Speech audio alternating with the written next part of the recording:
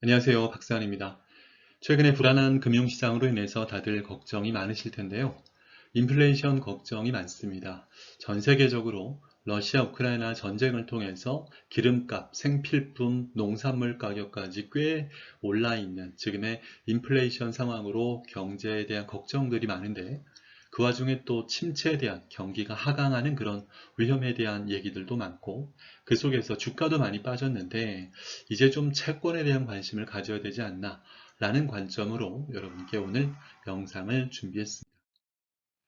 최근 메리츠 증권의 리포트인데요. 점차 심화될 I, 인플레이션과 R, 리세션, 침체를 이야기하는 리세션의 약자인 R의 싸움이다라는 제목입니다.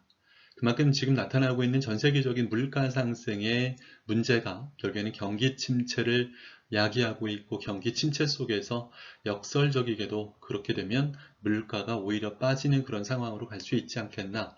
물가 상승의 정점이 언제인지는 몰라도 그런 싸움들이 시기적으로 벌어지고 있다는 것이 메리츠 증권의 리포트의 내용이고요.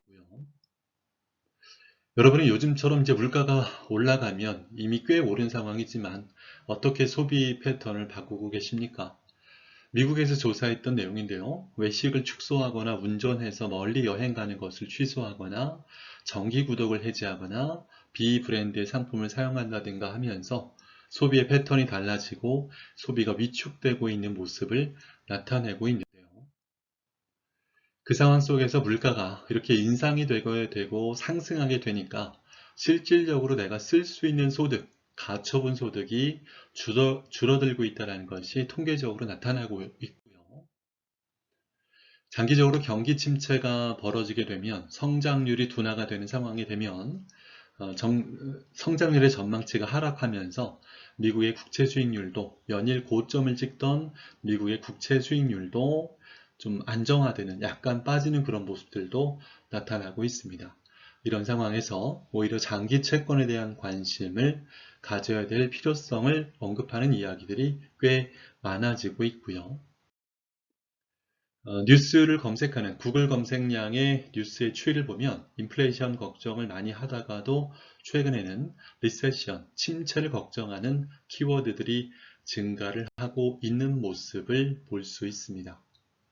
맨 위의 제목처럼 시장의 상황들은 인플레이션보다는 이제 오히려 침체 쪽으로 걱정을 하면서 금리가 안정화될 수 있는 경제적인 여건을 살피고 있고요. 미국의 금리 인상을 하게 되면 또 기업이 부실화된다라는 것도, 아까 제가 초반에 말씀드렸던 대로 개인의 소비 여력도 줄어들게 되고, 그런 가운데서 기업이 부실화될 수 있는 문제들도 미국 경제에서 우려할 수 있는 대목의 하나다라고 볼 수 있습니다. 그래서 이렇게 인플레이션이 언제까지 계속될지, 그 정점이 언제인지는 몰라도 인플레이션이 어느 정도 꺾이는 상황에서는 채권이 유리할 수 있다는 전망의 내용인데요. 통상적으로 경기의 순환 주기로 봤을 때 인플레이션이 꺾이면서 왼쪽 아래로 경제 활동이 둔화되는 시기에는 국채와 안정적인 등급의 회사 채권들의 관심을 가질 필요성들이 있다라고 이야기합니다. 최근에 몇 달 동안, 6개월 동안에 주식 많이 빠지면서 채권 가격도 많이 빠졌습니다. 지금의 상황 속에서 인플레이션이 굉장히 걷잡을 수 없이 나타나다 보니까 각 나라마다 금리 인상을 통해서 적극적으로 물가 인상에 대처하고 있는 모습이었는데요. 그러다 보니까 국채 수익률 가격이, 수익률이 꽤 높아지면서 채권의 가격이 하락하는 그런 모습들을 보였습니다. 다시 한번 말씀드리면 주식도 떨어지고 채권도 떨어지는 그런 모습으로 최근 6개월 동안 동반 하락한 상황인데요. 오히려 이제 지금 상황에서는 위험을 분산하면서 또한 또 수익을 추구할 수 있는 나름대로의 방법으로 미국 채권에 대한 관심을 가질 필요가 있겠다라고 보고 있습니다. 지금 여기 보시면 빨간색 그림은 토탈리턴이라는 채권형 펀드인데요. 아까 말씀드렸던 대로 채권 수익률이 급등을 하면서 채권의 가격이 빠져서 지금 빨간색 그림처럼 아래쪽으로 수익률이 많이 빠져 있는 상황이고요. 초록색으로 보이는 것은 미국 S&P에 투자되는 ETF의 가격인데, 최근에 주식이 많이 빠진 그런 상황들을 그래프상으로 볼 수 있습니다.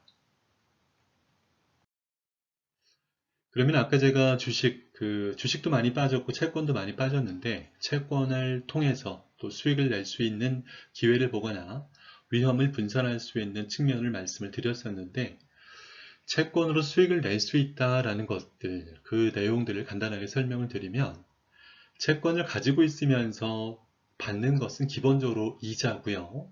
이런 채권을 가지고 있으면서 발생하는 이자 말고도 그 채권의 가격이 변함에 따라서 상승하게 되면 채권의 자본이득을 얻게 됩니다.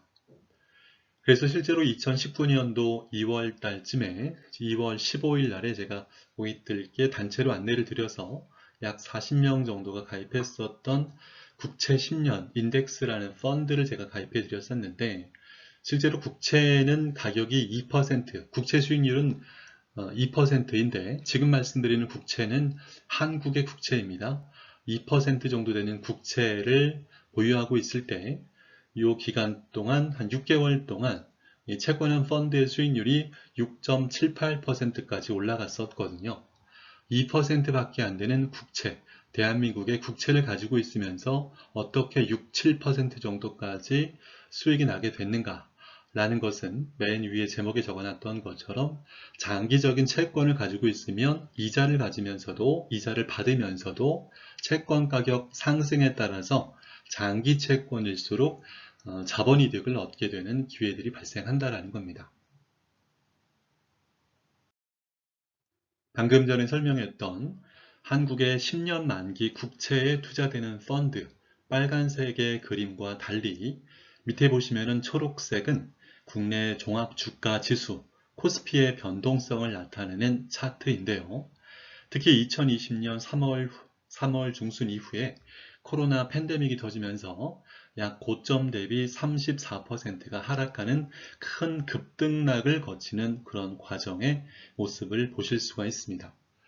빨간색과 초록색을 보시면 어느 시기 급격하게 하락하는 시기에는 채권도 함께 빠지는 모습을 보이지만 어느 정도 주식이 빠지면 채권은 올라가는 그런 모습을 통해서 방향을 약간 달리 하면서 안정적인 자산 분배, 자산 배분의 효과가 나타나는 그림을 볼 수 있는데요. 채권은 이렇게 안정적인 채권의 이자와 함께 채권 가격의 변동에 따라서 수익을 가져다 줄 수 있다라는 면들을 생각한다면 앞으로 전개될 수 있는 경기 침체, 그 위기 상황 속에서 지금 우리가 어떻게 대처할 것인가라는 것에 힌트를 얻을 수 있는 장표가 아닐까라고 생각을 합니다.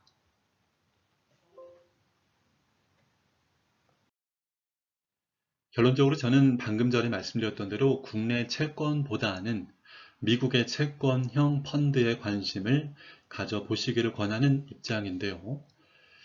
최근에 환율이 많이 올라서 지금 1,300원까지 올라 있는 상황에서 미국 채권형 펀드를 사는 게 환율로는 부담스럽지 않을까라는 걱정을 하실 수는 있어도 초반에 말씀드렸던 대로 앞으로 최근에 그 물가 상승이 전 세계적인 경기 침체로 연결된다고 봤을 때는 달러에 대한 관심을 더욱 가져야 될 필요성이 있다라고 말씀을 드리겠습니다.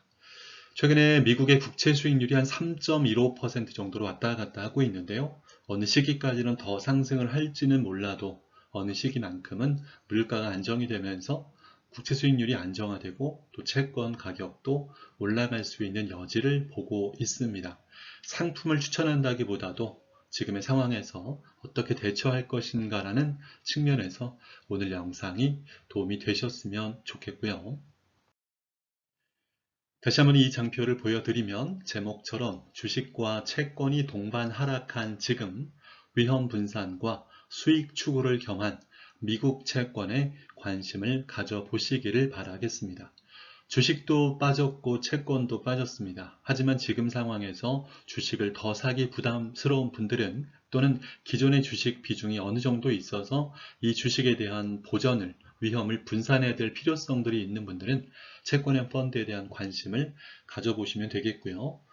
주식이 없더라도 현재 갖고 있는 현금을 안정적으로 관리하면서도 국채 수익률이 한 3.15 정도 되고요. 아까 제가 말씀드렸던 이 펀드의 YTM, 만기 수익률은 연평균 5% 초반입니다.